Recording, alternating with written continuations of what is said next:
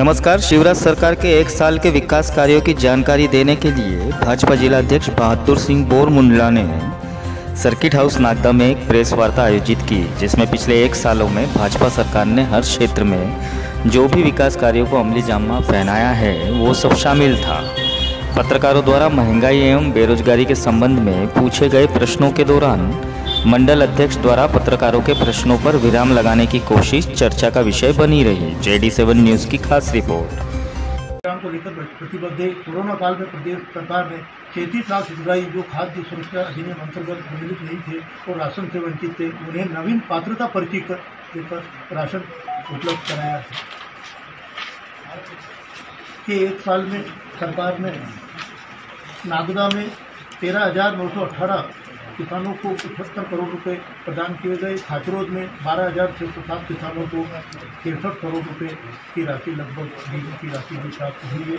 निश्चित रूप से यहाँ 30,000 टेस्टिंग, कोरोना की टेस्टिंग क्षेत्र के हर इसमें अपने विकास कार्यों किए, लेकिन बेरोजगार लोगों के लिए आज तक कोई ऐसा वो नहीं निकाला है।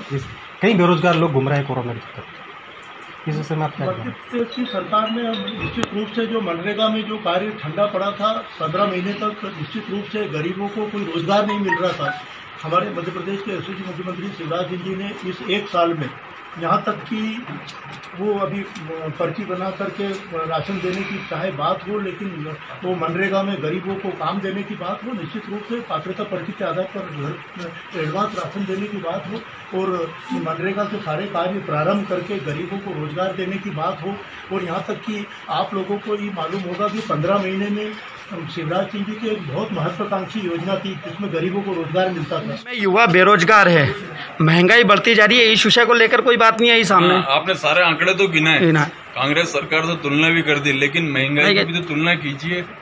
800 साढ़े 800 रुपए की टंकी है, 135 कल 139 रुपए का तेल है, इस तुअर दाल 130-40 रुपए में पेट्रोल डीजल को कोई तुलना नहीं करेगी सरकार। इनकी कोई तुलना नहीं होगी। 100 रुपए लीटर पेट्रोल हो गया, इनकी कोई तुलना नहीं हो रही। 2013 में 1250 रुपए की टंकी मिलती थी अपने को उस समय, लेकिन चूंकि अभी परिस्थितियां गलत आंकड़ा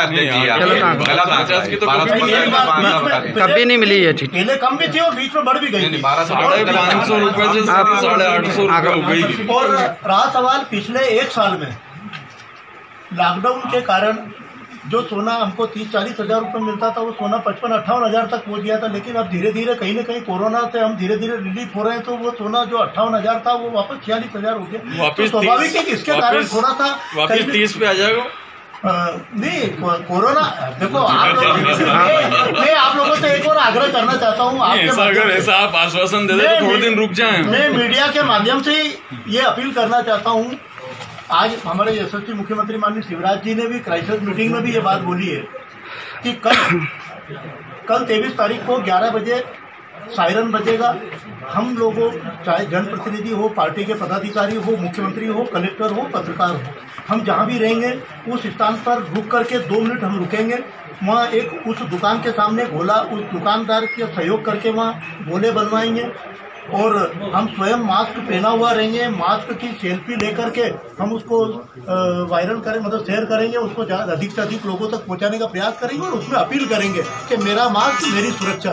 तो आप लोगों से के माध्यम से भी मेरा ये निवेदन है कि आप, चूंकि कोरोना को काफ़ी हद तक अपने प्रदेश में नियंत्रण में रखा है, अभी तक कोई ज़्यादा 1-2-3 भोपाल और इंदौर 2-3 जिलों को छोड़ करके अगर यूँ देखा जाए तो अपन काफ़ी अच्छी स्थिति में। तो आप लोगों से भी मेरा आग्रह है कि आप लोग जनता जनार्दन से हमारी इस अपील को करने में आपके माध्यम से अपील पहुंचे और आपकी तरफ से भी उनसे निवेदन हो। रोजगार के लिए क्या किया? रोजगार के लिए साल भर से युवा बेरोजगार भटक रहा है, उसके लिए कुछ नए सरकार ने कई उद्योग लगाए हैं। सरकार ने निश्चित रूप से गाँव में किसान, यहाँ 3,000 सेवक ठेका श्रमिक में से 1,500 बेरोजगार बैठे हुए हैं, उसके लिए कोई किसान का बेटा भी अगर सरकार से कोई लोन लेता है तो निश्चित रूप से उसका 5% ब्याज मध्य प्रदेश की सरकार भरती है। बैंक तो गारंटी, बैंक मना कर देती है, बैंक नहीं देती है लोन। बैंक का कहना रहता है कि बीजेपी कोई गारंटेड नहीं है, बैंक का मैनेजर का कहना रहता है। छोटे शहरों में बसने वालों लोगों को भी निश्चित रूप से उद्योग और बिजनेस करने के लिए काफी अवसर पैदा किए। आप तो ये बताइए कि कोरोना से भी बड़ी समस्या महंगाई है, उसको रोकने के लिए सरकार क्या प्रयास कर रही है? प्रधानमंत्री माननीय नरेंद्र मोदी जी निश्चित रूप से इस दिशा में निश्चित रूप से हमारा जो बजट अभी आया है और हमारे मध्य प्रदेश का जो बजट आया, आप सब लोगों ने उस बात को काफी सराहना की है। हमारे मध्य प्रदेश का जो बजट आया निश्चित रूप से आजादी के बाद सबसे अच्छा बजट है। सर, कोरोना संबंधित एक प्रश्न है, और आपकी सरकार ने, बीजेपी सरकार ने, मध्य प्रदेश हो या राष्ट्रीय सरकार हो, ऐसा कोई शोध किया है कि मध्य प्रदेश में अचानक कोरोना फैल गया, 144 लग गई, सब कुछ हो गया, पश्चिम बंगाल, आसाम, तमिलनाडु और केरल में तो 1-1 लाख की मीटिंग हो रही पर वहाँ कोरोना नहीं फैल रहा। तो ऐसा कोई अनुसंधान होना जरूरी है कि ऐसी कौन सी दवाई वहाँ छिड़का गई जो वहाँ नहीं फैल रहा, उस दवाई को अपने कम से कम अपने एमपी में लाना जरूरी है। नहीं, तो स्टेट गवर्नमेंट का विषय है ना, स्टेट गवर्नमेंट इस दिशा में मतलब निश्चित रूप से, क्योंकि कोरोना आए नहीं और वैसे भी यूँ देखा जाए तो अभी जो हम 8% संक्रमित हो रहे थे लोग, मतलब जो जितने टेस्टिंग इस मार्च के महीने में 1 मार्च को 8% लोग संक्रमित पाए जा रहे थे, मतलब जितने टेस्टिंग हो रहे थे उसका 8% रेशो था,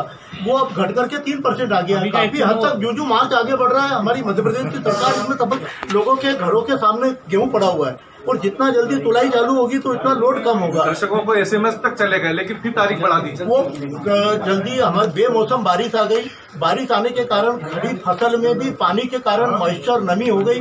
वो मॉइस्चर नमी वाला गेहूं लेकर के किसान अगर उपार्जन केंद्र पर जाता तो वहाँ तुलाई में परेशानी आती, इसलिए सरकार ने ये अभी 5-7 दिन का एक ब्रेक किया है। अति शीघ्र 28 तारीख और 1 तारीख के हर वर्ष 10 क्विंटल गेहूँ खरीदी थी पर लेकिन इस बार 7 क्विंटल खरीद रही, ऐसा क्यों किया, क्या कारण? सरकार देखो भाई साहब, सरकार समर्थन मूल्य पे किसान का कितना गेहूं खरीदे ये सरकार तय नहीं करती और प्रशासन तय नहीं करता। उस जिले में विगत 3 वर्षों में गेहूं का स्टैंडर्ड पैदावार कितनी है, उस स्टैंडर्ड पैदावार का औसत जो आता है उस औसत के मान से गेहूं की खरीदी है। अभी आपने बोला कि भरपूर पैदावार हो रही है और अब आप इसका औसत को कम बता रहे हैं। पिछले वर्ष तो लागू है, लेकिन फिर भी दुकानदारों द्वारा मास्क का उपयोग नहीं किया जा रहा।